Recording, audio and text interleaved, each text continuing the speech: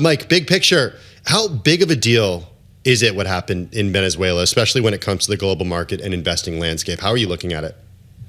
Yeah, Tim and Carol, happy New Year. Great to be here. I get these questions all the time whenever you have these geopolitical flare-ups around the world, whether they're in Asia, the Middle East, or Latin America. And my answer is always the same. Kind of fade the headlines is generally the knee-jerk instinct that you should have as an investor. You should really focus on the fundamentals of the global economy, the fundamentals of the U.S. economy, where growth is going to be, where inflation is going to be. Obviously, commodity prices are in the headlines today with the Venezuela thing. But remember, Venezuela is producing now less than 1% of global oil. Remember, 60 years ago, back when I was born, they were producing 15% of the world's oil.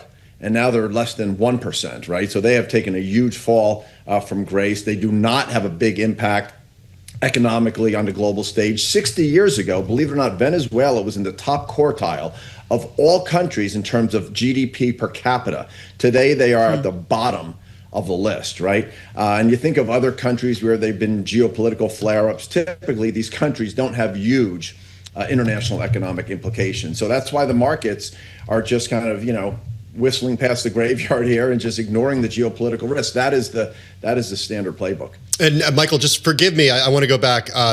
More than $1 trillion over at PGIM fixed income under management. I misspoke earlier.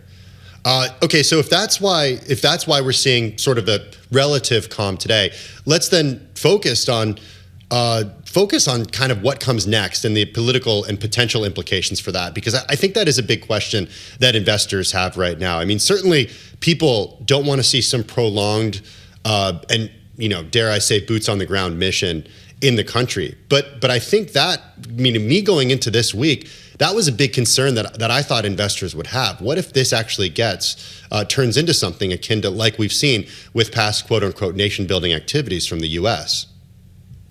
We've spent most of the weekend and a lot of this morning doing deep dives into the situation in Venezuela. I mean, I'm fortunate to work on this gigantic team where we have, geopolitical analysts. We have really deep economic analytical resources. We have people who've been in the military. So we have a lot of great color just from our own team and our contacts. And there's really two scenarios, right? One, Tim, is the one you pointed out, that things do get ugly, that Venezuela kind of gets worse, conditions get worse, that the U.S. tries to do a more aggressive takeover and it gets really messy, a la some of the situations in the Middle East that your last guest was talking about. But there's also this upside scenario, right? And I think it kind of confirms the fact that we're moving into this, G3-ish type of world. And the U.S. is certainly trying to take the lead there and showing that, hey, we have control of the Americas here,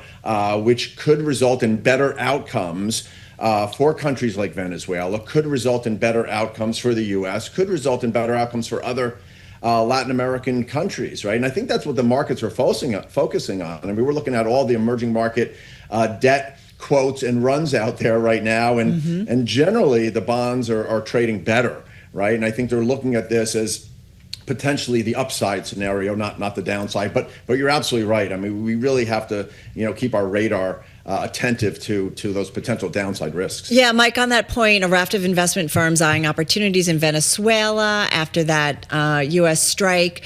Tribeca Investment Partners is sending a team to Caracas this week to inspect potential assets, calling it a gold rush. Have you guys changed any of your investment theses when it comes to Venezuela at this point, or not yet?